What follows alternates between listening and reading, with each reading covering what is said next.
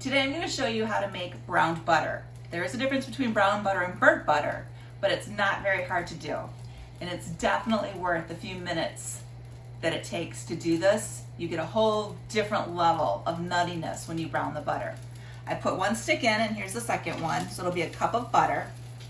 It's going to melt completely, and then as it's melting, all of the extra water that's in the butter is going to evaporate, and that's what you want. So you're just going to have it overheat.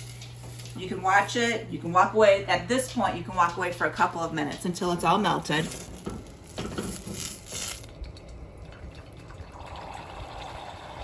Now that it's melted, it'll start to boil, and this is when the water is going to evaporate. It's going to foam up. I'll continue to stir a little bit. It'll go back down, it'll foam back up again, and then it'll go back down. It's really kind of fun to watch. So now it's starting to foam up. You can see around the sides where it's getting brown, which is fine, you want that, but the regular batch isn't that brown yet. It continues to foam, which is what you want it to do.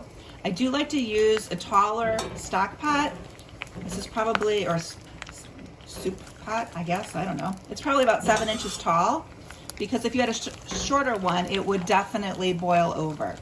You can see that the butter is starting to get brown,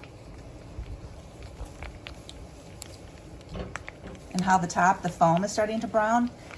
Today, this is going to go into a cream cheese amaretto cookie, but a lot of times when I make just buttered garlic noodles for the boys, I'll use this instead of just the butter. I'll brown it, and it makes it that much better. When you brown it, it becomes more nutty.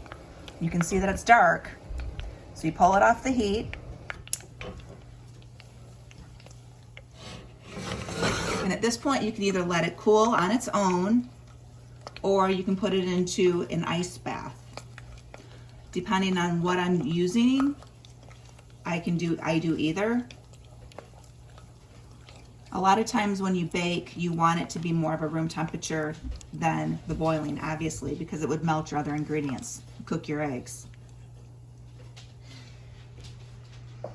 I hope you enjoy brown butter. I hope you make some cookies, and I hope you enjoy your Friday afternoon. Wash your hands.